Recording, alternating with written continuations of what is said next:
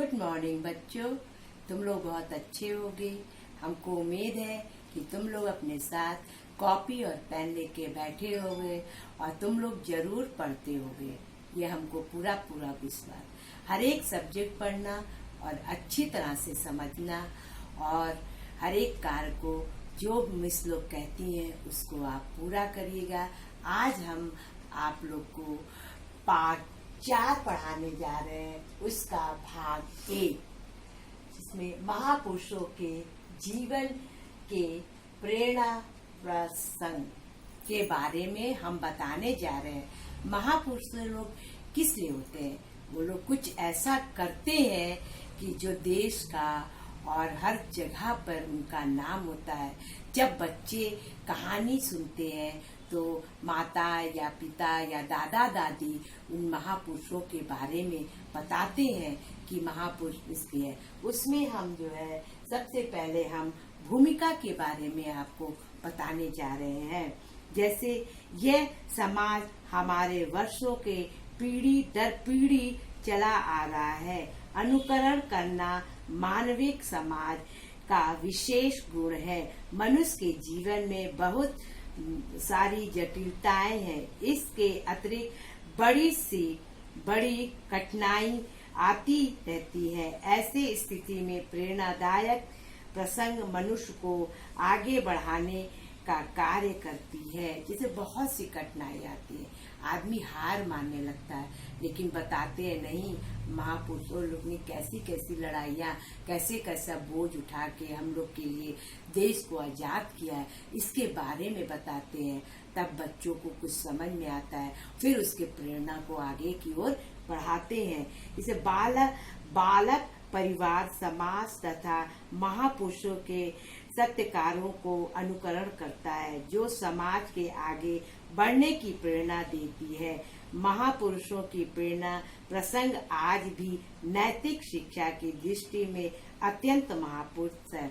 नैतिक शिक्षा क्या? Moral science. जब हम लोग मॉरल साइंस पढ़ते हैं ना, उसमें भी इसकी प्रेरणा को देते हैं कि उन्होंने हम लोग के साथ कैसे कैसे महापुरुषों ने कार्य किया, इसके बारे में भी बताते हैं। इसके में आज में नैतिक शिक्षा की दृष्टि में अत्यंत महत्वपूर्ण है और जीवन के कुछ घटनाएं दीपक के समान हमें प्रकाश देती है, जो साधारण लोग अंधकार में क्षणों में मार्गदर्शन का कार्य भी करती है। आज हमारे छात्राओं को जो नैतिक पतन हो रहा है, उसे देखते हुए महान पुरुषों की धारणाएं एक प्रेरणा की कार्य करती है। बालक एवं आदर्श नागरिक बनकर समाज, देश तथा महानता की सेवा कर सकते और महापुरुषों में प्रेरणा, प्रशंसा एवं इस कार्य को बहुत अच्छी तरह से करता है। जैसे ईमानदारी, संयम, आज्ञा का पालन करना, अनुशासन, सहयोग और सदाचार आदि मानवीय गुणों का अनुकरण करके नैतिक शिक्षा का व्यवहारिक ज्ञान हो सके। जैसे सदाचार्य रहना चाहिए, झूठ नहीं बोलना चाहिए। 8 महापुरुषों के बारे में किताब में लिखा है और जिसमें से हम आप लोग को महात्मा गांधी के बारे में हम बताने जा रहे हैं। भारतीय स्वतंत्रता संग्राम महात्मा गांधी के नेतृत्व में लड़ा गया था। भारत के लोगों ने उनकी सेवाओं में प्रभावित होकर उन्हें राष्ट्रीय बापू, युग पुरुष आदि नामों से सम्मिलित किया। गांधी जी केवल राजनीतिक ही नहीं बल्कि महाविचारधारा, समाज सुधारक, व्यवहारिक, आदर्शवादी, स्वतंत्रता और मानवीयवादी थे। महात्मा गांधी का जन्म पोरबंदर नामक गांव में हुआ था। इनका पूरा नाम करमचंद गांधी था। इनका जन्म 2 अक्टूबर 1869 में एक बालक का जन्म हुआ था।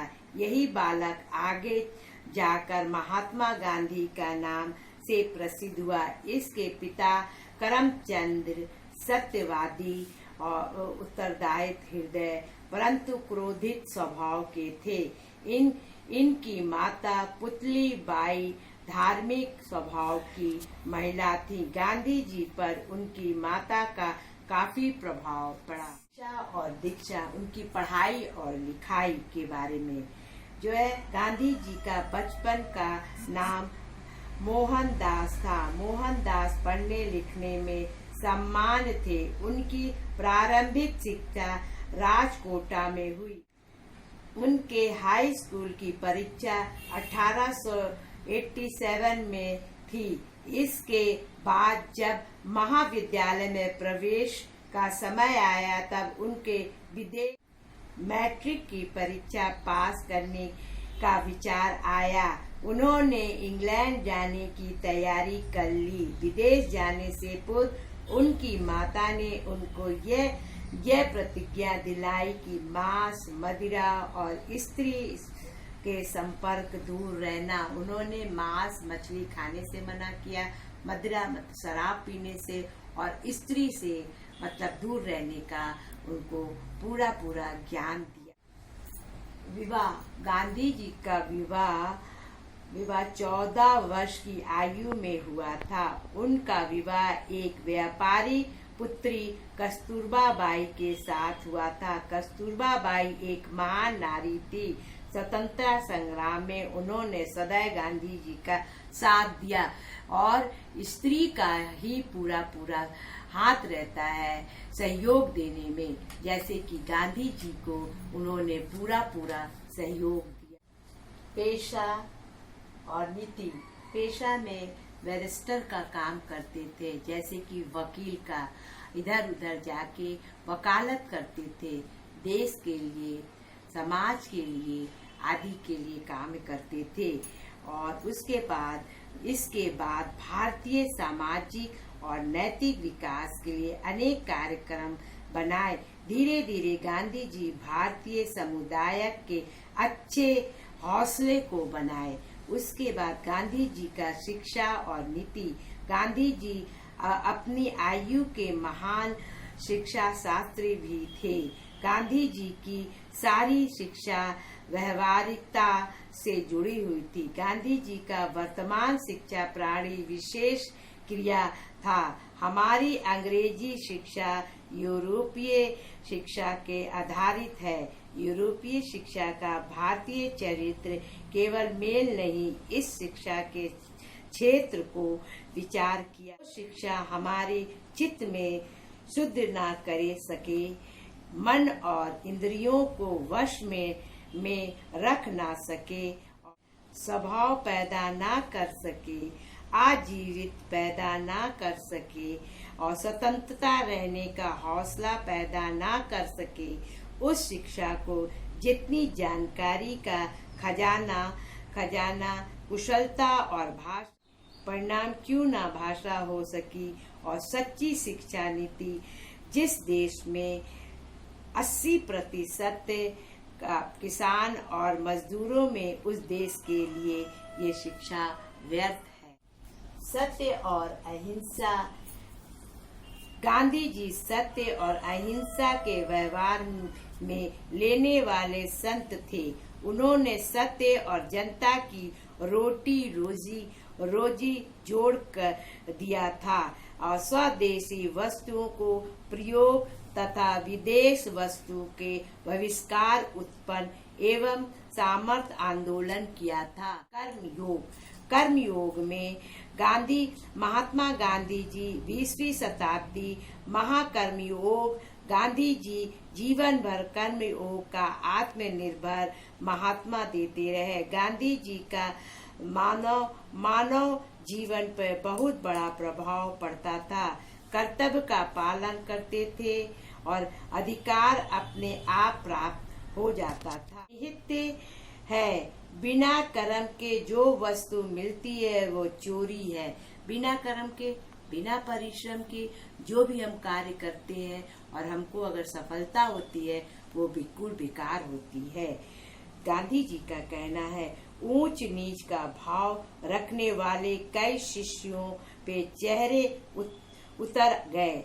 अगले दिन गांधी जी ने कहा, मैं और वाह सबके झूठा बर्तन साफ किए, इससे सभी के मन के मैल साफ हो गए। सभी के कर्म से झूठा बर्तन साफ किए। गांधी जी का संपूर्ण जीवन दर्शन कर्म में बाधक हुआ था। मतलब सबके झूठे बर्तन साफ किए, क्योंकि ये हम लोग जो भी झूठ करते हैं, जो झूठी बातें बोलते हैं, उसको समझाने के लिए उन्होंने कहा कि ये साफ करके हटा दो। गांधी जी का मृत्यु 30 जनवरी को हुआ था। अब हम इस पाठ को यहाँ पे समाप्त करते हैं।